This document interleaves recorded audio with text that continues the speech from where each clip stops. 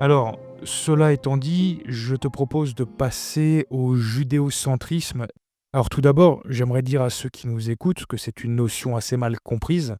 Et d'ailleurs, notre ami Adrien Abosi est souvent accusé de faire le jeu des juifs, hein, disons les choses clairement, de ne pas parler de tout ça, etc. Théodore Francy, dans la Conjuration antichrétienne, Monseigneur de Lassus affirme que les Juifs sont au sommet de la hiérarchie maçonnique. Qu'en pensez-vous? Ça n'a jamais été prouvé, donc je pense que c'est faux. Alors je sais qu'il y a des trolls qui vont arriver, mais non, ça je pense que c'est un mythe, qui fait plaisir à beaucoup de gens. Et d'ailleurs, j'ai lu des ouvrages qui l'affirmaient, mais j'ai jamais lu d'ouvrages qui le démontraient, si vous voulez.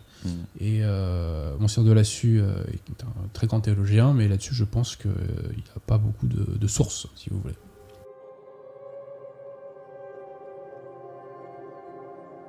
Est-ce que donc du coup le judéo-maçonnique dont parle le grand public, est-ce une réalité, C'est une réalité. ou un fantasme? Alors,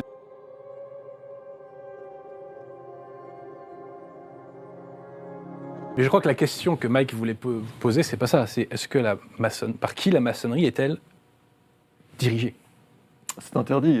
C'est interdit. Un certain général de Lavarde a posé des questions, il y a eu des ennuis. Non, mais quelle réponse donnes-tu à cette question? Fondamentalement, aujourd'hui, je pense pour juste l'appréciation de grands initiés qui ont dit globalement que le bénébéris ou que Le nébrite, donc. certains, en fait, c'est une collusion. En réalité, tu as l'Empire britannique d'un côté. Oui, mais alors attends. non, Dans ces cas-là, tu obéis au nébrite alors. Laisse-moi terminer. Historiquement, l'Empire britannique, après seulement ta question, parce que là, sinon, Oui, je vais oui. perdre mon fil. L'Empire britannique, historiquement, a dû sa surpuissance aux commerçants internationalistes juifs, c'est documenté. Par extension, un réseau d'influence de l'Empire britannique a dû également une surpuissance, il y a eu une synergie d'influence avec les réseaux juifs commerciaux mondiaux ou les réseaux juifs d'inspiration Grand Israël et compagnie. C'est documenté par, non des moindres, à toutes les époques, par Papus, par Guénon d'ailleurs on avait parlé, par Elisha Ashmole, à toutes les époques on a ce genre de prise de conscience-là. Et évidemment ça va m'attirer des problèmes de le dire, mais voilà, c'est mon côté kamikaze. En tout cas, c'est documenté.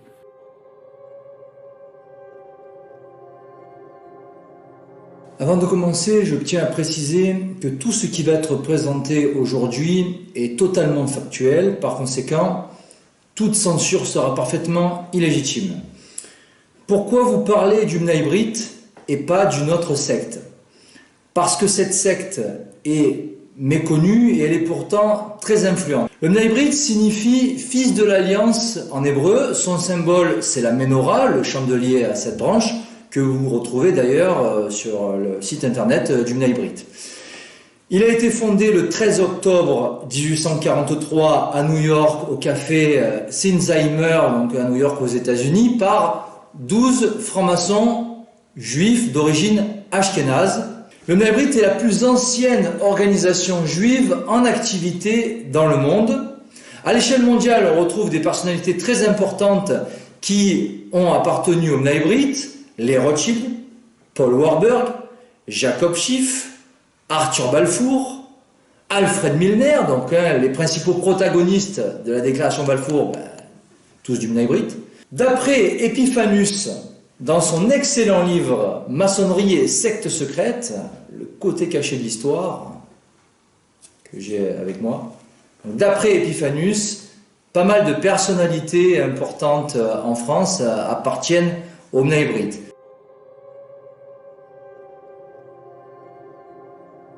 Dans le livre Epiphanus, Maçonnerie et secte secrète, le côté caché de l'histoire, à la page 161, nous pouvons lire cette citation d'Albert Pike dans son livre Morals and Dogma. Toutes les vraies religions dogmatiques sont issues de la Kabbale, elles y retournent. Tout ce qu'il y a de grand et de scientifique dans les idéaux religieux de tous les illuminés, Jacob Böhm, Swedenborg, Saint-Martin et les autres, vient de la Kabbale. Toutes les associations maçonniques lui doivent leurs secrets et leurs symboles.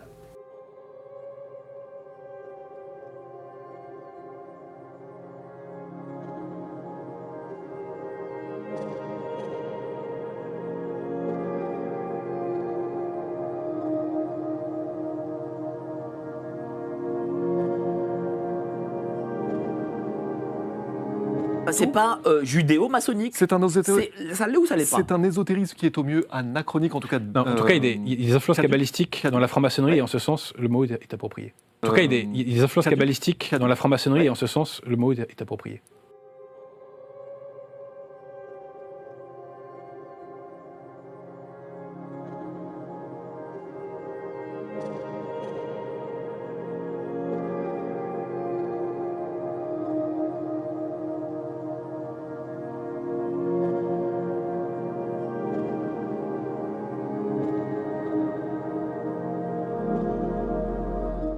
Le temple, les maîtres de l'œuvre, les juifs, leur action dans la chrétienté. En toute construction, les maçons sont guidés dans leurs travaux par des contremaîtres, des directeurs, et ces directeurs veillent à la bonne exécution des plans dressés par l'architecte. Il n'en va pas autrement dans l'édification du temple de Salomon. Là aussi, il n'y a point que des ouvriers, mais au-dessus d'eux, des maîtres de l'œuvre et un architecte. Déjà bien souvent, nous avons surpris l'intervention des Juifs dans l'œuvre maçonnique. Ce sont eux qui ont conçu l'idée d'une république universelle et d'une religion humanitaire pour asseoir leur domination sur tout le genre humain. Depuis 5 siècles, ils enrôlent, ils organisent, en des sociétés secrètes superposées les unes aux autres, les ouvriers adonnés aux destructions et aux constructions nécessaires à cette double œuvre. Et ils ont pris sur eux assez d'ascendant et assez de pouvoir pour les maintenir à leur besogne malgré les difficultés et les travers, ou les y ramener et arriver au résultat que nous avons pu constater dans les pages qui précèdent. Le moment est donc venu de porter notre attention sur ce qui, en ce moment, préoccupe le plus les esprits éclairés qui cherchent à se rendre compte de l'état actuel de la France, de l'Église et du monde, la question juive. Depuis un demi-siècle, son importance croît de jour en jour. Elle est étudiée par les théologiens et les philosophes, les historiens et les hommes politiques, les économistes et tout le public. Depuis surtout que M. Édouard Drummond a attiré l'attention de ce côté que des travaux sont venus démontrer la gravité croissante du problème juif. Nous ne pouvons le traiter ici dans toute son ampleur, mais tout ce qui précède appelle des éclaircissements que nous ne pouvons refuser à nos lecteurs. Nous avons vu la conjuration antichrétienne manifester sa présence dans les deux mondes, employer partout la même tactique, frapper au même point, souvent en même temps. Monseigneur Martin, évêque aux États-Unis, conclut de là à l'existence d'une direction centrale, d'un but arrêté vers lequel tout tend, d'un plan d'ensemble pour l'atteindre et d'une forte organisation qui l'exécute. Nous avons vu cette organisation dans sa structure et son fonctionnement au cours de plusieurs siècles. Mais qui a construit la machine? Et qui l'a fait fonctionner? Le nombre de ceux qui nomment le juif s'accroît de jour en jour. Se trompe-t-il? En remontant aux origines de la conjuration antichrétienne en France, nous avons trouvé d'abord Voltaire, les encyclopédistes et les francs-maçons exportés par lui de l'Angleterre chez nous. Nous avons constaté qu'en même temps s'introduisaient chez nous des idées en contradiction avec celles que l'éducation familiale, politique et religieuse entretenait depuis des siècles. De chez nous, ces idées se sont répandues chez les autres nations qui avaient une même civilisation, et cela avec une rapidité merveilleuse. Comment expliquer sans un agent de propagande, répandu partout, cette invasion à laquelle s'opposait la culture française, la mentalité européenne, la vigilance des pouvoirs spirituels et la difficulté des communications? La supposition de l'intervention des Juifs donne une réponse. Ils avaient intérêt à se faire les agents de transmission des idées maçonniques, puisqu'elles enseignaient l'égalité des races et que la leur était partout repoussée comme ennemie. Eux seuls dans le monde avaient cet intérêt. De plus, ils avaient la possibilité d'être efficacement ces agents parce qu'ils avaient des communautés partout, que depuis longtemps ils avaient l'habitude d'organiser des groupements secrets et qu'ils en connaissaient le maniement et la force. Plus tard, nous avons vu des Juifs, membres de la haute vente, entretenir des relations avec leurs corréligionnaires de tous les pays. Nous avons rencontré d'autres juifs dans toutes les révolutions opérées par les sociétés secrètes. Nous avons vu que les fondateurs, les propagateurs et les zélateurs de toutes les associations à caractère universel, fondées pour saper le christianisme et renverser les barrières dogmatiques et morales qui le séparent des fausses religions, l'Alliance religieuse universelle, la Ligue universelle de l'enseignement, etc., les unions chrétiennes des jeunes gens, à laquelle on peut bien joindre le sillon, etc., et au-dessus d'elles toutes, l'Alliance israélite universelle, ont été et sont de race israélite. Ce sont des juifs allemands qui sont à la tête du mouvement socialiste. Jules Simon, qui avait du sang juif dans les veines, est l'un des fondateurs de l'Internationale. L'un des créateurs du nihilisme russe est un juif, Herzen, et c'est un juif allemand, Deutz, qui lui a donné la première impulsion. Le pope Capone est d'origine juive, et l'on sait quelle grande part les juifs ont prise dans les tentatives de révolution faites en Russie à la faveur de la guerre contre le Japon. La main du juif a également été signalée dans la révolution qui a suivi et qui a introduit le parlementarisme dans le pays de l'autocratie. Il y a 40 ans, en 1870, M. de Camille écrivit de Bologne au journal Le Monde. 2 avril 1870. Ouvrez les guillemets. J'accomplis en ce moment une tournée en Italie que j'ai visitée il y a 15 ans et je viens d'y rencontrer une de mes anciennes connaissances. Cet homme, je le savais dans le temps, mêlé activement aux affaires de l'ordre maçonnique et occupant une place élevée dans une loge de la Haute-Italie, j'ai demandé à cet homme où il en était avec son ordre maçonnique. Et voici sa réponse. J'ai quitté ma loge et l'ordre définitivement parce que j'ai acquis la conviction que nous n'étions que l'instrument des Juifs qui nous poussait à la destruction totale du christianisme.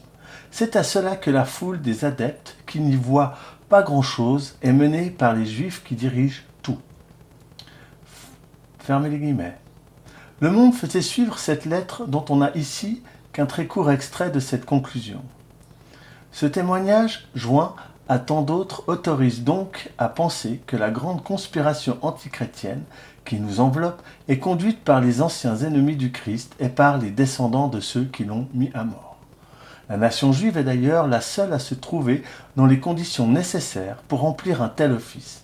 Sa dispersion depuis 19 siècles sur toute la surface de la terre, la situation qui lui fut faite chez tous les peuples, l'amenèrent à chercher les moyens de maintenir sa nationalité, sa foi, ses espérances et de pourvoir à ses intérêts. Pour cela, elle dut se constituer en une société bien disciplinée, gouvernée par des chefs religieusement obéis et protégés par la loi du secret la plus rigoureuse. Grâce à cette organisation, les Juifs, durant ces 19 siècles, eurent toujours entre eux, d'un bout du monde à l'autre, des rapports très actifs.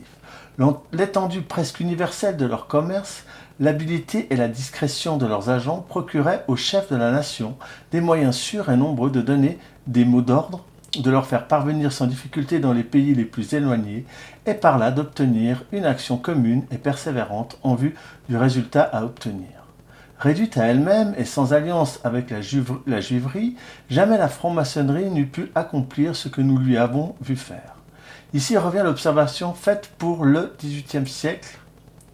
Les idées, les intérêts, les convoitises des divers peuples qui habitent les deux hémisphères ne sont point identiques. Ces peuples sont gouvernés par des autorités, des dynasties qui n'ont ni les mêmes tendances ni les mêmes ambitions. Si la franc-maçonnerie n'était composée que d'individus appartenant à ces divers pays, chacun aurait eu les pensées de son milieu, l'unité de vue, la correspondance des efforts vers un but opposé aux traditions de la nationalité propre et à la foi de la religion nationale ne serait pas possible. Il faut donc que les francs-maçons reçoivent leur inspiration du dehors et que les impulsions viennent d'une religion et d'une nationalité ennemie. Tout s'explique si les cadres de la franc-maçonnerie sont fournis par la juiverie. Les individus formant ces cadres reçoivent les suggestions du pouvoir occulte de leur race, les transmettent et après que les suggestions ont préparé les esprits à la docilité, viennent les directions. Un indice bien frappant de cette subordination de la franc-maçonnerie à la juiverie se trouve dans le symbolisme commun à l'une et à l'autre, symbolisme adopté dans les pays catholiques comme dans les contrées protestantes, chez les infidèles comme chez les chrétiens. Ce qui ne donne pas moins à réfléchir, c'est le genre d'œuvre accomplie par la franc-maçonnerie. Tout en elle est coordonné à ce double but, l'abaissement des frontières et l'abolition du dogme. On ne voit pas pourquoi et comment l'idée de ces deux destructions serait venue dans l'esprit des Français et des chrétiens si elle n'était suggérée d'ailleurs. Mais plus rien n'étonne si on la suppose suggérée par les Juifs. Elle est alors le fruit naturel des deux grandes passions d'Israël. Depuis la dispersion, la haine du Christ et de son œuvre et l'ambition d'asservir le genre humain. Dès le premier jour du christianisme, les Juifs ne laissèrent point ignorer que la haine qu'ils avaient conçue contre notre Seigneur Jésus-Christ et qui les avait portés à cet excès de le crucifier persévérerait dans leur cœur. Ils firent mourir ses disciples Étienne, Jacques le majeur et Jacques le mineur. Matthias, coupable uniquement de prêcher la doctrine du Sauveur et de la confirmer par des miracles, ils s'opposèrent avec rage à la propagation de l'Évangile, tantôt fouettant les apôtres, tantôt excitant Saoul contre les disciples. Puis, après la conversion de celui-ci, ils le persécutèrent par leurs calomnies et leurs blasphèmes, par des séditions soulevées contre lui, à ce point que les païens eux-mêmes, tels Galion, proconsul d'Archaïe, durent soit l'arracher à leur barbarie violente, soit mettre à néant leur accusation mensongère et criminelle. L'an 65, à Jérusalem, ils le traînèrent hors de la ville pour le tuer. Lysias le délivra, il dut cependant leur accorder cette satisfaction de l'enchaîner, et même s'il en avait eu le pouvoir de le battre de verge. Les Juifs furent cause des premières persécutions des païens contre les chrétiens. Les synagogues sont les sources d'où découle la persécution, a écrit Tertullien. Et de nos jours, un protestant, M. Jean Réville, affirme la même chose en ces termes. Les premiers chrétiens, issus du judaïsme, n'avaient pas de pires ennemis que les Juifs. Dès l'an 44, Agrippa mit sa puissance à leur service. Néron était entouré d'esclaves juifs, Poppée était à demi juive. L'historien des persécutions, M. Paul Allard, se range au sentiment de saint Clément qui attribue à leur jalousie la première persécution. Lorsque l'empereur Sévère publia l'édit par lequel il interdisait la propagande juive et chrétienne, cet édit fut si peu observé à l'égard des Juifs et si cruellement obéi contre les disciples du Christ que l'on vit des chrétiens trop lâches pour braver les supplices et trop attachés cependant au culte du Dieu unique pour brûler de l'encens devant les idoles, se réfugier au sein du judaïsme. Sous la persécution de Dès, les Juifs, dit Paul Allard, assistent avec une curiosité ardente, avec une joie haineuse à l'épreuve imposée aux chrétiens. On entendait partout leur voix, s'élevant avec l'accent du triomphe. Ils se plaisaient. Comme leur reprocha un martyr à piétiner lâchement sur des ennemis tombés. Comme au temps de Polycarpe, ce fut alors la colonie juive qui se montra l'ennemi la plus acharnée des chrétiens. Le peuple païen regardait curieusement, mais les Juifs prenaient part, jouaient un rôle actif. Julien l'Apostat reconnut vite, chez les Juifs, ses meilleurs alliés dans la guerre sourde, incessante qu'il fit aux chrétiens. Leurs inimitiés séculaires, dit saint Grégoire de Naziance, les désignaient pour auxiliaires à celui-ci. Et ceux-ci se hâtèrent de mettre à profit les dispositions de l'empereur pour assouvir de nouveau leur haine traditionnelle. On les vit en Égypte, en Asie, incendier impunément les basiliques chrétiennes. On sait que l'apostat voulut les rassembler de nouveau en corps de nation, rendre à Jérusalem son caractère de ville sainte et pour cela relever le temple. Saint Jean Chrysostome dit qu'il avait mandé près de lui les principaux d'entre les Juifs et que c'est à leur suggestion qu'ils avaient conçu l'idée de donner un démenti public à la prophétie de notre Seigneur Jésus-Christ telle qu'elle était interprétée. Après les persécutions, les Juifs donnèrent à leur haine un autre cours. Déjà le judaïsme s'était introduit dans l'Église, même pour y porter le trouble, la division et l'hérésie. Ce fut l'œuvre de Simon le mage, des gnostiques, de Manès et des adhérents ou de ses émules. Ce fut l'œuvre de tous les hérésiarques, non pas qu'ils aient été tous de race juive, mais tous ont suivi ses inspirations. Nous en avons pour garant Bernard Lazare, ce juif qui fut l'un des grands agents de l'affaire Dreyfus et à qui la République, en reconnaissance, éleva une statue. Dans son livre L'antisémitisme, son histoire, ses causes, il dit « Ce sont ces rationalistes et ces philosophes juifs qui, du Xe au XVe siècle jusqu'à la Renaissance, furent les auxiliaires de ce qu'on peut appeler la révolution générale de l'humanité. Les Juifs avéroïstes furent les ancêtres directs des hommes de la Renaissance. C'est grâce à eux que s'élabora l'esprit de doute et aussi l'esprit d'investigation. Les platoniciens de Florence, les aristotéliens d'Italie, les humanistes d'Allemagne vinrent d'eux. C'est grâce à eux que Pompanazzo composa des traités contre l'immortalité de l'âme, grâce à eux encore que chez les penseurs du XVIe siècle germa ce théisme qui correspondit à une décadence du catholicisme. C'est donc, d'après Bernard Lazare, aux Juifs qu'il faut attribuer l'origine et le principe de la civilisation moderne et du conflit qui depuis lors n'a cessé entre elle et la civilisation chrétienne après avoir été préparée par eux durant des siècles. La réforme en Allemagne comme en Angleterre, c'est toujours le même Juif qui parle, fut un de ces moments où le christianisme se retrempa aux sources juives.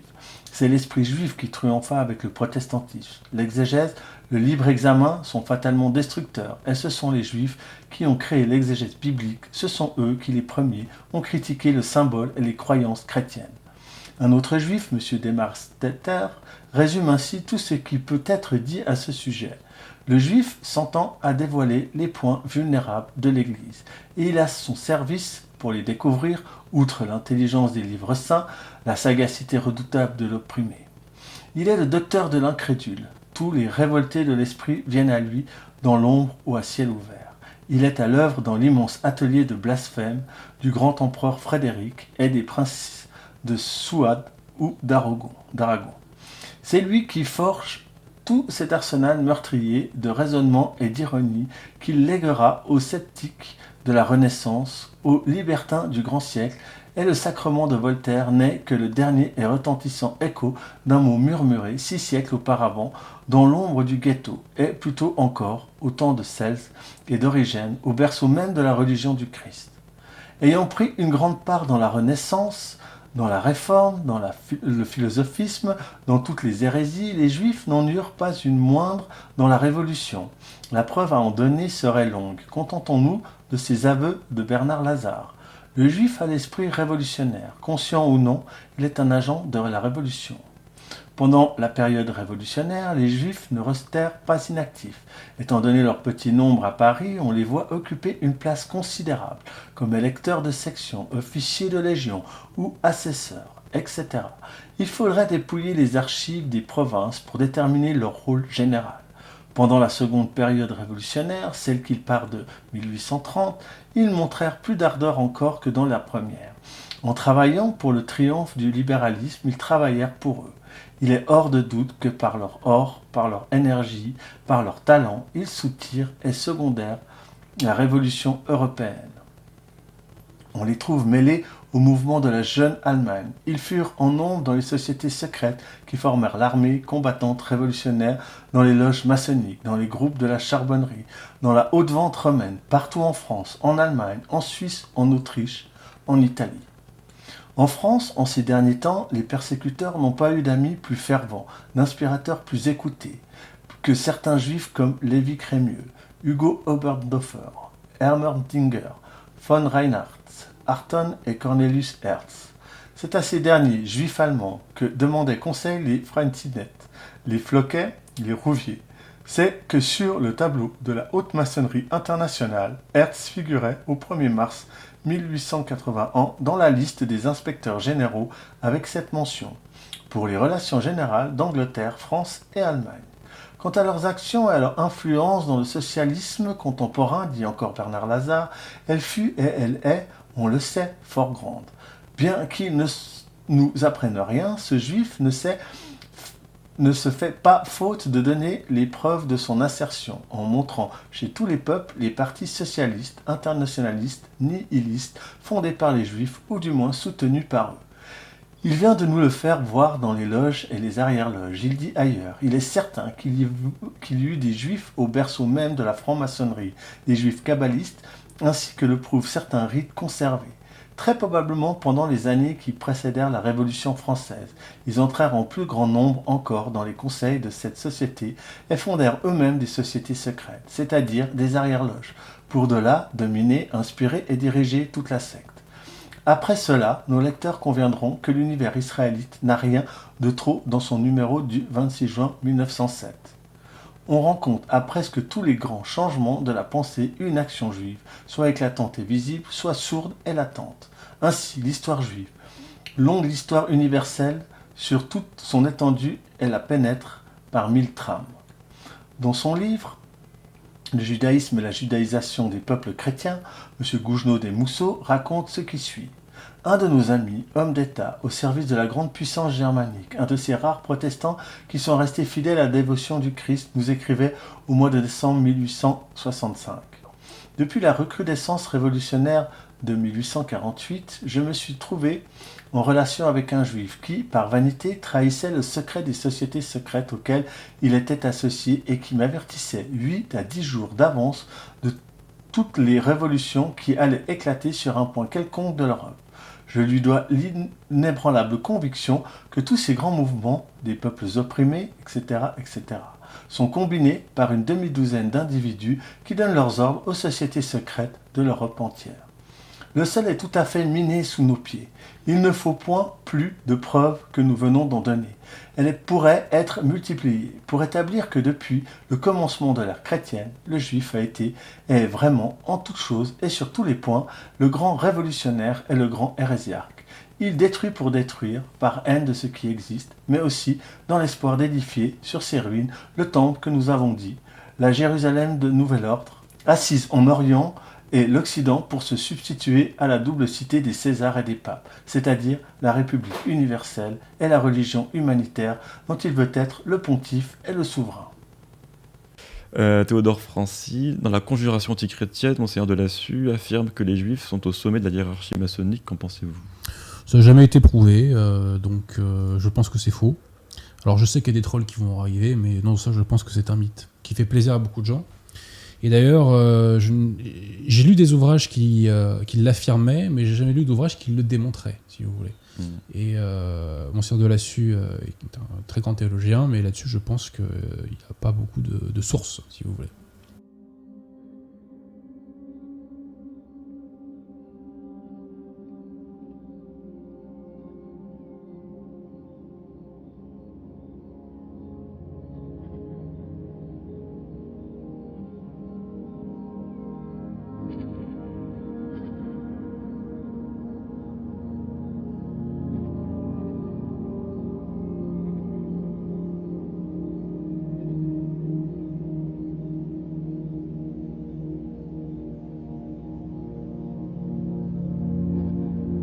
Alors, cela étant dit, je te propose de passer au judéocentrisme.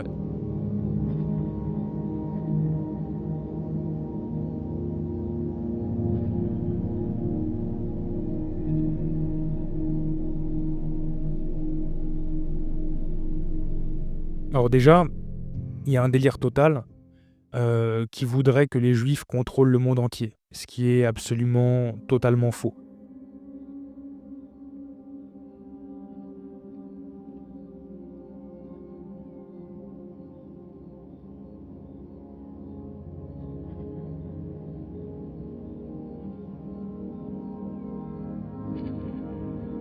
Saint Jérôme, qui connaissait à fond les doctrines judaïques, dans son commentaire sur la prophétie de Daniel, qui montre la petite pierre se détachant du haut de la montagne pour briser la statue de Nabuchodonosor, écrit « Les Juifs tournent ce passage à leur avantage et refusent de reconnaître le Christ dans cette pierre. Elle ne désigne pour eux que le peuple d'Israël devenu tout d'un coup assez fort pour renverser tous les royaumes de la terre et fonder sur leur ruine son empire éternel. Cette idée, cette espérance, cette conviction d'être la première aristocratie du monde et de tirer de là le droit à l'universelle domination a toujours été le centre de toute leur pensée. Saint Jérôme vient de nous dire ce qu'ils pensaient d'eux-mêmes au IVe siècle. Au XIVe siècle, le docte rabbin Abrahanel, ministre des Finances en Espagne et au Portugal, sous Ferdinand le Catholique, annonçait dans ses commentaires sur Jérémie « Le prochain avènement est règne du Messie où s'accomplira l'extermination des chrétiens et des gentils. » Et Reuchlin, à la même époque, disait aussi « Les Juifs attendent avec impatience le bruit des armes, les guerres et la ruine des royaumes. » Leur espoir est celui d'un triomphe semblable à celui de Moïse sur les Cananéens, et qui serait le prélude d'un glorieux retour à Jérusalem, rétabli dans son antique splendeur. Ces idées sont l'âme des commentaires rabbiniques sur les prophètes. Elles ont été traditionnellement transmises et inculquées dans l'esprit de cette nation. Et ainsi, de tout temps, les Israélites se sont préparés à cet événement, terme suprême des aspirations de la race juive. De nos jours, Bernard Lazare a aussi dit de ceux de sa race. Peuple énergique, vivace, d'un orgueil infini, se considérant comme supérieur aux autres nations. Le peuple juif voulut être une puissance. Il avait instinctivement le goût de la domination, puisque par ses origines, par sa religion, par sa qualité de race élue, qu'il était de tout temps attribuée, il se croyait placé au-dessus de tous. Pour exercer cette autorité, les Juifs n'eurent pas le choix des moyens. L'or leur donna un pouvoir que toutes les lois politiques et religieuses leur refusèrent. Et c'était le seul qui pouvait espérer. Détenteurs de l'or, ils devenaient les maîtres de leurs maîtres. Ils les dominaient, et c'était aussi l'unique façon de déployer leur énergie, leur activité. C'est cet esprit de domination qui les a toujours rendus odieux à tous les peuples. Un livre qu'ils placent au-dessus de la Bible elle-même a puissamment servi à entretenir cet esprit chez eux, jusqu'à nos jours, le Talmud. M. Auguste Rochlin, professeur à l'université de Prague, l'a traduit. Quelques lignes suffiront à en faire connaître l'esprit. La domination sur les autres peuples doit être le partage des Juifs. En attendant la venue du Messie, les Juifs vivent dans l'état de guerre continuelle avec les autres peuples. Quand la victoire sera définitive, les peuples accepteront la foi juive. Les non-juifs n'ont été créés que pour servir les Juifs nuit et jour. Dieu donne toute puissance aux Juifs sur les biens et le sang de tous les peuples. L'argent du non-juif est un bien sans maître, en sorte que le Juif a le droit d'en prendre possession. Dieu nous a ordonné d'exercer l'usure envers le non-juif, de façon que nous ne lui prêtions pas assistance, mais que nous lui fassions du tort. Les Juifs seuls sont des hommes, les autres nations ne sont que des variétés d'animaux. Les âmes des non-juifs viennent de l'esprit impur, et les âmes d'Israël viennent de l'esprit de Dieu. Le peuple judaïque, régnant éternellement sur tout l'univers, ayant tous les goïms pour esclaves, voilà depuis 3000 ans le rêve de ce peuple, le but qu'il poursuit à travers toutes les vicissitudes et par tous les moyens. Joseph Lehmann a fort bien dit. L'imagination d'Israël n'a jamais cessé d'être hantée par un rêve de domination universelle. Des pages et des livres entiers du Talmud expriment le sentiment qui agite l'âme juive, dont les lignes ci-dessus ne donnent qu'une bien faible idée.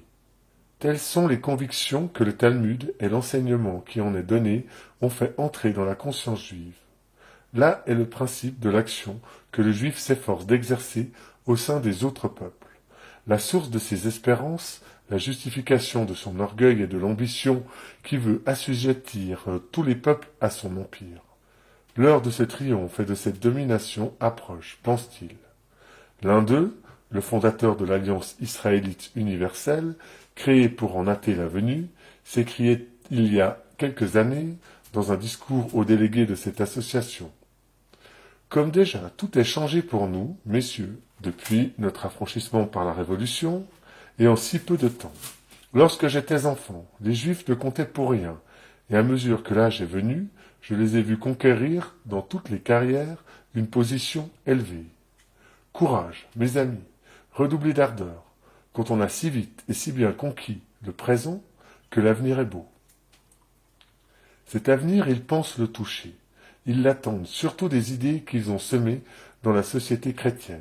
Liberté, égalité, démocratie, principe de 89. Maintenant, ce qui est vrai, c'est qu'à notre époque, la communauté de lumière, pour paraphraser le maître du Logos, n'a jamais été aussi puissante et bien lotie. Vous voyez, l'entité sioniste, c'est pareil. Il y a un pouvoir démesuré. L'emprise que l'entité sioniste a, notamment sur les États-Unis, est totalement délirante, ça c'est vrai. Sur l'Europe aussi, mais c'est un phénomène moderne. Et dans la mesure où, de toute façon, les prophéties nous disent que l'antéchrist, ce sera le faux messie, on sait que le faux messie que les Juifs attendent, ce sera l'antéchrist, oui, ils vont avoir plus de pouvoir à un moment, ça c'est clair et net.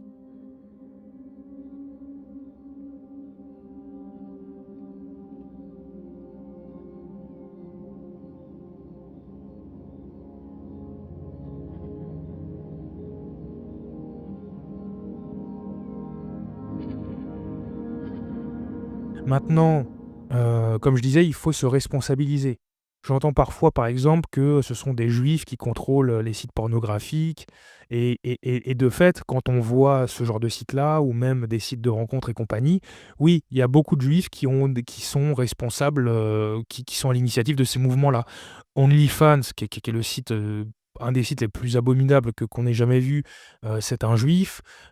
Tinder, c'est un juif. Les sites pornographiques, il y en a pas mal aussi. Tout ça, c'est vrai. Maintenant, il faut, comme je disais, donc se responsabiliser. Il n'y a pas un rabbin derrière tous les non-juifs qui vont sur ces sites pornographiques pour les regarder. Number one, no more pornography, no more homosexuality, none of that garbage, not allowed. Berlin, in the 30s, in the 20s, was the Sodom and Gomorrah of the day. They were the Las Vegas of the day. They were the Sodom and Gomorrah of the day. Homosexuality, pornography, all the bestiality, all the garbage of the world, that was the capital of the world. He outlawed it. You're no longer allowed, closed all the bars, all the gay clubs, all the production, which were all run by Jewish people. Qui nous tente avant tout, c'est le diable et toute l'armée des démons qui sont à son service.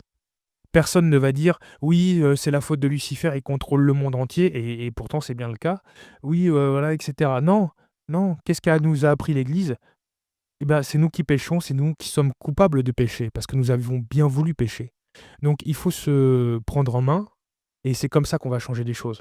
Et puis encore une fois, vous savez, c'est pas très difficile au cours de l'histoire de trouver quelques juifs par-ci, par-là, qui avaient du pouvoir, et de tout, comment dire, de relier les points comme les dessins, vous savez, tu sais, Pierre, avec les chiffres, tu sais, qu'on relie et ça fait un dessin, voilà. Donc non, il faut arrêter, il y a un truc et on verra que finalement, c'est les judéo-centrés, finissent par développer un complexe d'infériorité par rapport aux juifs. Voilà.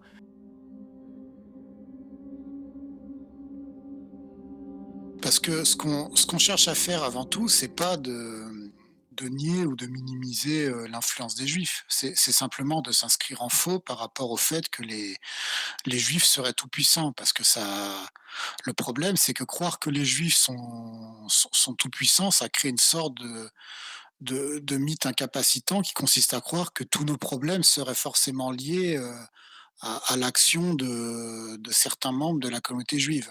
Et le problème, c'est que ce mythe incapacitant, la plupart du temps, ça conduit souvent comment dire, à une paranoïa assez extrême qui consiste à avoir des juifs un peu partout.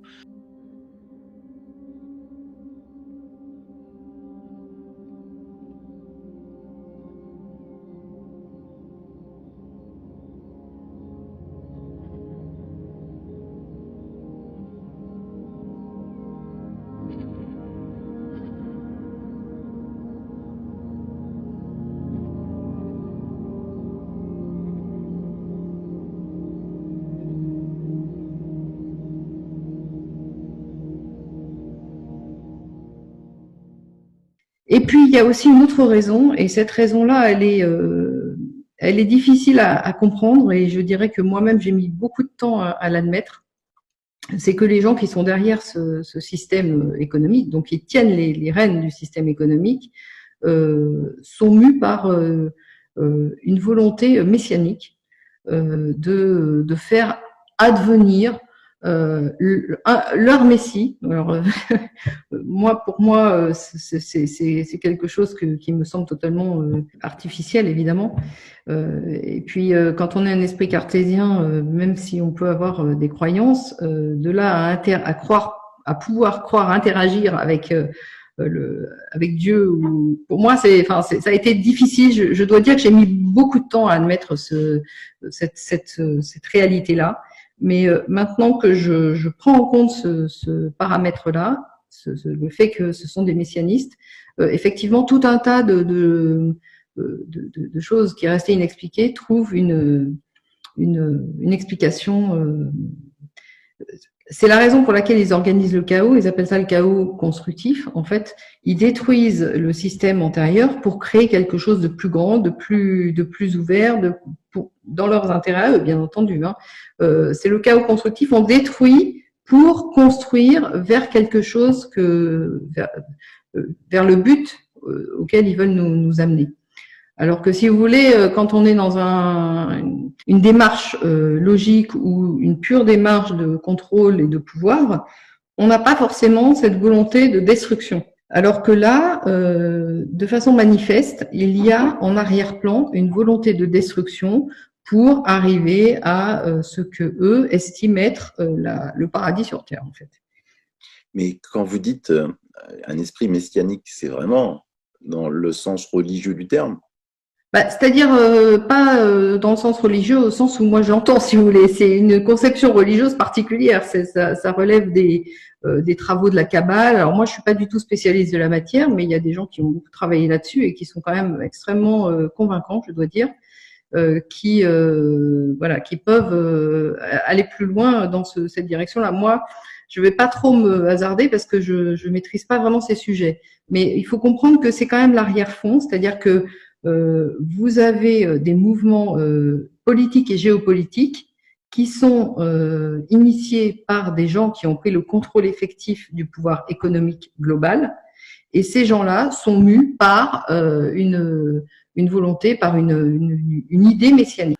Et le problème, c'est que ce climat de suspicion généralisée, il commence à devenir assez malsain. En fait, il faut toujours se remettre dans une perspective historique. C'est-à-dire que quand vous voyez apparaître quelque chose à un moment donné, dites-vous bien que ce n'est pas le début, mais c'est la fin d'un processus antérieur. 1929-1930 n'aurait pas existé s'il n'y avait pas eu 1913, qui a été l'emprise directe de la finance internationale sur le gouvernement américain. Au moment de la création de la Fed. Et ça n'aurait pas existé s'il n'y avait pas eu cette finance anglo-saxonne qui siégeait à la City et qui a été la tête directrice de l'Empire britannique. L'Empire américain n'aurait pas existé sans l'Empire britannique. Donc en fait, si vous voulez, tout se tient, c'est un système intégré, si je puis dire, qui évolue par étapes. Et par étapes destructrices, on en revient à ce que je disais avant. Chaque étape nécessite la destruction de l'étape antérieure. Voilà, pour franchir le Rubicon, si vous voulez, pour aller plus loin, ça nécessite de détruire ce qui a été élaboré antérieurement. Donc, on peut faire le parallèle avec le développement des États, qui ont été d'abord des cités-États. Les cités ont été détruites au profit des États, les États ont été détruits au profit des empires, les empires se sont succédés, donc les empires antérieurs ont été détruits au profit d'empires, mais toujours vous avez ce fil conducteur de la finance globale et qui est apatride depuis le début en fait, puisque ce sont des gens qui ont noué des liens, si vous voulez, de par leur activité de banquier-changeur au départ, et qui ont continué à travailler en vase clos, enfin entre eux, si vous voulez. Ils étaient géolocalisés à l'époque parce qu'il n'y avait pas d'autres possibilités, mais n'empêche qu'ils ont toujours eu à cœur leurs propres intérêts, qui étaient des intérêts nomades.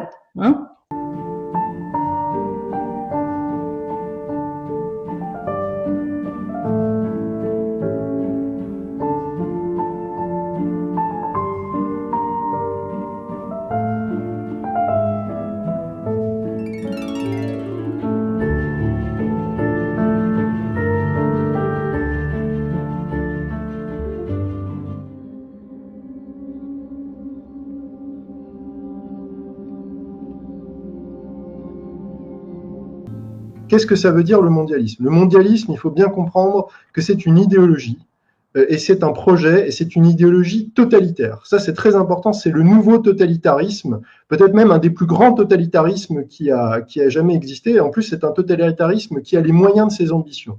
Et en fait, ce totalitarisme et ce projet mondialiste, il se décline sur au moins quatre versants. Il y a le premier versant qui est le politique. Et en fait, l'objectif du mondialisme, c'est d'abolir le politique, en fait. C'est-à-dire, c'est d'arriver à une gouvernance mondiale où, en fait, donc, le politique n'existera plus. C'est-à-dire, il n'y aura plus de projet alternatif. Il y aura un seul projet qui sera imposé à l'ensemble de la planète. Et on va voir, on l'abordera après, qu'il y a des pays qui ne sont pas d'accord avec ça, qui veulent rester souverains. Donc, on a la partie économique. Ça, c'est très important. Il y a deux aspects. Il y a le contrôle notamment des banques centrales, ça c'est très important. La monnaie est contrôlée par les mondialistes. Mais moi je donne toujours l'exemple, un exemple qui est peu connu et qui pourtant qui est frappant, et les gens ne le savent pas, c'est que le dollar, on parle de la monnaie d'échange et de réserve mondiale, est une monnaie privée. Il faut rappeler que le dollar est créé par la Fed.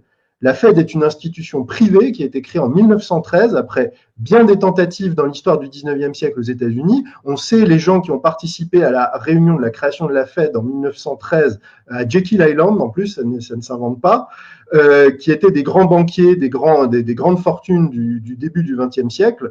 Et la Fed est une institution indépendante qui prête des dollars au gouvernement américain contre intérêt.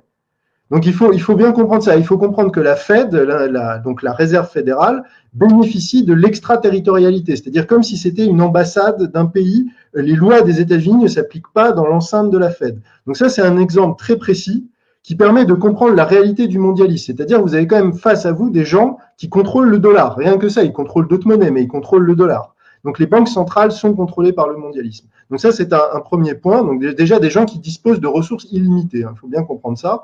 Et après, il y a un contrôle économique qui s'est accru tout au long du XXe siècle. Et en fait, ce projet, il a une volonté très claire, c'est la collectivisation, c'est-à-dire l'abolition de la propriété privée. Et en fait, vous allez avoir une oligarchie qui va contrôler de plus en plus de choses, et ça, on reviendra dessus, qui contrôle déjà les grandes entreprises par des holdings, par des fonds de pension, qui contrôle de plus en plus les ressources naturelles. Alors, bien sûr, le pétrole, par exemple, Rockefeller, qui est une des grandes familles mondialistes, lui, il a commencé par le pétrole, les chemins de fer, le charbon. Et aujourd'hui, on a les grandes institutions financières qui dictent, en fait, la loi aux États, et qui en sont en train de capter les ressources naturelles. Par exemple, on sait que Bill Gates, aujourd'hui, est le plus grand propriétaire terrien des États-Unis, par exemple. Et en Ukraine, ça, c'est quelque chose qu'on ne dit pas, il y a entre 30 et 40% des terres agricoles de l'Ukraine qui appartiennent à des fonds de pension américains. Donc, en fait, le mondialisme, sur sa partie économique, c'est ça, et il est résumé. Le projet final, c'est celui que nous dit Klaus Schwab du Forum économique mondial, c'est « vous ne posséderez rien », et vous serez heureux. Et on verra la partie « vous serez heureux » plus tard. Est-ce que ça signifie qu'en fait, le mondialisme est géré par... parce que s'il n'y a plus de politique, c'est-à-dire que ça doit être géré par quelqu'un. Est-ce que ce quelqu'un, ce sont essentiellement donc, les grandes multinationales et les institutions les institutions que l'on a créées, type ONU, l'Organisation mondiale du commerce, la santé, etc. Ouais, alors ça, c'est exact ce que vous dites, mais c'est le niveau en dessous. C'est-à-dire que tout au-dessus, le niveau en dessous, d'accord. Ouais, tout au-dessus, il y a des grandes dynasties familiales qui sont des dynasties beaucoup anglaises. Il y a les fameux Rothschild, il y a les Rockefeller, il y a les Warburg qui sont aussi français, les Rothschild.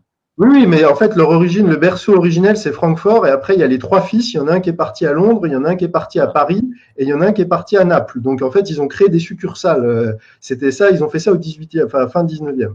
Et donc, oui, je disais qu'en fait, toute l'absurdité, c'est qu'on a supprimé des dynasties de la noblesse, donc où on savait, c'était des grandes familles qui dirigeaient, qui étaient ducs, qui étaient comtes, qui étaient la famille royale. En fait, on les a supprimées, mais elles ont été remplacées par d'autres dynasties familiales qui fonctionnent exactement comme la noblesse d'autrefois, c'est-à-dire avec vraiment une ligne dynastique, des alliances, des mariages croisés même entre cousins, etc. C'est exactement la même chose, sauf que ça, maintenant, c'est un pouvoir qui est caché. C'est-à-dire, avant, vous saviez qui vous dirigeait, vous savez qu'il y avait le roi, il y avait le prince, il y avait le comte, il y avait, au niveau local, il y avait le duc, mais sauf que maintenant, en fait, ce pouvoir-là, il existe exactement de la même manière et il est caché à travers ce que vous dites, c'est-à-dire ces différentes institutions. Donc, il y a les grandes institutions internationales, donc on peut citer l'ONU, on peut citer le FMI, on peut citer l'OMS, qui sont en fait les courroies de transmission. Il y a des espèces de think tanks ou des cercles de réflexion comme le Forum économique mondial, comme le Council on Foreign Relations, qui est moins connu, le CFR, le groupe de Bilderberg,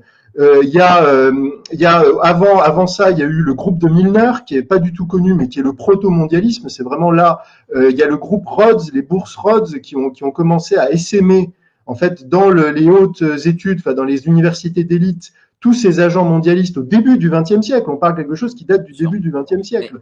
Mais alors, du coup, alors d'accord, vous avez dit en effet que ces gens-là remplaçaient, on va dire, le roi et peut-être les seigneurs aussi que l'on avait à une époque. Mais alors du coup, en réalité, un pouvoir remplace un autre pouvoir. En quoi le remplacement d'un pouvoir par un autre est-il pour le coup négatif pour les gens? Ah bah alors ça on va expliquer ça parce que il y a un projet derrière, c'est justement ça qui est totalitaire. C'est-à-dire c'est pas juste on exerce le pouvoir et ce qui a toujours existé, c'est-à-dire l'élite, certes qui a des privilèges, mais les privilèges déjà ils ont une contrepartie. Je rappelle que par exemple en France sous l'Ancien Régime, il n'y avait que les nobles qui allaient faire la guerre.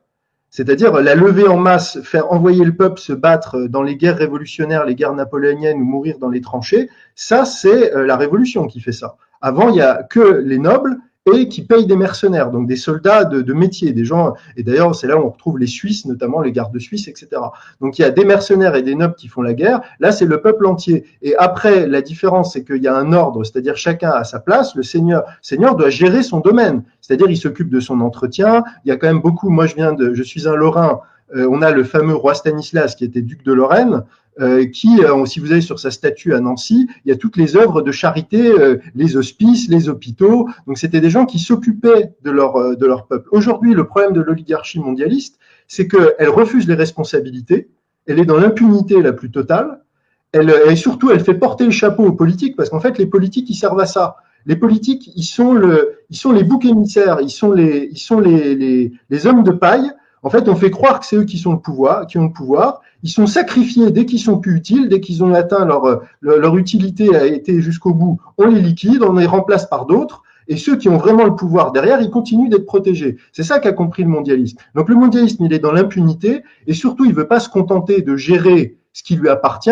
Il veut tout gérer, il veut tout contrôler et il veut jusqu'à abolir la propriété privée. Et là, on l'a vu. Est-ce que ça signifie du coup que par exemple Monsieur Macron, qui est aujourd'hui président de la République française, en fait n'a pas les mains libres et qu'en réalité on devrait pas être opposant à ce monsieur puisque visiblement il n'a pas de pouvoir.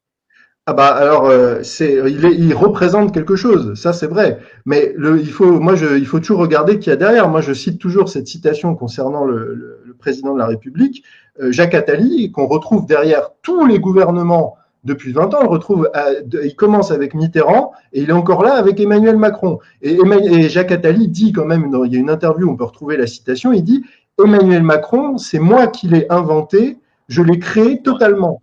Il dit ça. Il y a Edmond de Rothschild, je crois, qui était l'employeur d'Emmanuel Macron, qui dit « Emmanuel Macron, c'est mon edge, ma couverture ». Donc, ces gens-là l'assument. Et ce qui est rigolo, quand on creuse le mondialisme, vous trouvez la même logique. Par exemple, Zelensky en Ukraine, on va parler de l'Ukraine, bien entendu. Vous avez Ihor Kolomoïski, qui est un immense oligarque chypriote israélien, je crois, qui a une immense fortune, qui était même gouverneur d'une région en Ukraine. Il dit, vous avez là encore, la citation peut se retrouver, dans un entretien au New York Times en 2019, il dit, Zelensky, je me vois comme le marionnettiste de Zelensky, je suis un monstre et il est ma créature. Donc vous voyez, on retrouve le même discours de Kolomoïski vis-à-vis de Zelensky que d'Attali vis-à-vis de Macron. Et en fait, c'est comme ça que le mondialisme fonctionne. Il montre des pantins. Le mondialisme, il contrôle aussi le domaine, je dirais, alors militaire, mais au sens très large. Et dans le domaine militaire, j'inclus la guerre de l'information. Et donc, il contrôle l'OTAN, il contrôle essentiellement les services de renseignement de tous les pays, à commencer par la CIA, qui est vraiment son bras armé. Et en fait, quand vous travaillez historiquement sur le mondialisme, en fait, le gouvernement mondialiste, le vrai gouvernement, c'est le gouvernement des services de renseignement. Donc ça, c'est très intéressant. Bien sûr, l'OTAN et les médias. Et les médias, moi, je les inclus dans la partie militaire parce que c'est la branche propagande, c'est la branche lavage du cerveau des populations et surtout de leur faire le coup de génie.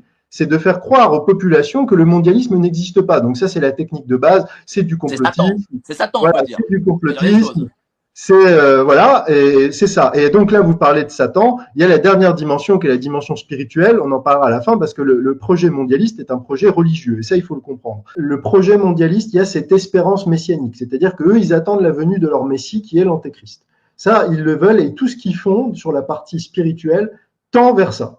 Mais je veux vraiment que les gens qui nous écoutent ce soir et qui écouteront cette vidéo par la suite comprennent qu'on ne peut pas occulter la dimension spirituelle du mondialisme et le génie du mondialisme, comme il a appris à faire croire aux gens que la démocratie, les élections et tout ça, ça servait à quelque chose, il a appris aux gens que, en fait, le spirituel n'avait pas sa place et que tout n'était que matériel. Il a fait croire aux gens qu'en fait, on pouvait mettre la religion de côté, que la religion n'avait plus rien à voir avec la vie publique, avec la morale, que c'était chacun faisait sa petite religion chez lui, etc. Et en fait, qu'est-ce que ça a permis de faire? Ça a permis de faire que la religion qui domine l'Occident aujourd'hui, c'est le mondialisme et c'est le satanisme. Tu veux ajouter quelque chose là-dessus, Pierre, ou je continue? Non, tu peux continuer, parce que sur ce point, je pense que tu as tout dit. Les élites juifs de l'époque ne reconnaissent pas ce Christ comme le Fils de Dieu incarné annoncé par les prophètes. Et ces élites juives se rebellent. Alors déjà, elles se sont rebellées en le condamnant à mort. Et le comportement de l'Église, d'ailleurs, à ce sujet, je ne fais que rapporter, parce qu'il faut que je fasse gaffe, parce que dire que le feu brûle, déjà, on se fait mal voir. Oui, bien sûr. Je ne fais que rapporter l'enseignement de l'Église depuis cette époque, jusqu'à Vatican II en tout cas, était de dire que le peuple juif est déicide, et donc n'ayant pas reconnu la divinité du Christ. Et la direction rabbinique de l'époque, se révoltant, va construire, élaborer, j'allais dire un autre code religieux qui est le Talmud, qui est le code civil, politique et religieux de la synagogue, refusant de reconnaître le Christ comme le Fils de Dieu annoncé au cours du Mosaïsme, dans l'histoire du Mosaïsme. Et ce Talmud va être élaboré, en gros, de grosses œuvres, entre 100 et 500 après Jésus-Christ. Et donc, je tiens à préciser, il a été élaboré, ce Talmud, en opposition uniquement au christianisme, qui montait en puissance, 313, l'édit de Constantin, etc., et élaboré surtout parce que vous avez de nombreux chrétiens, enfin de nombreux païens, pardon, et de nombreux juifs qui se convertissent au christianisme, ce qui fait que, par exemple, pour les juifs qui se convertissent au catholicisme, au christianisme, eh bien, la synagogue, la direction de la synagogue se rend compte qu'elle est en train de perdre ses ouailles et en fait la part du marché devient de plus en plus réduite et congrue.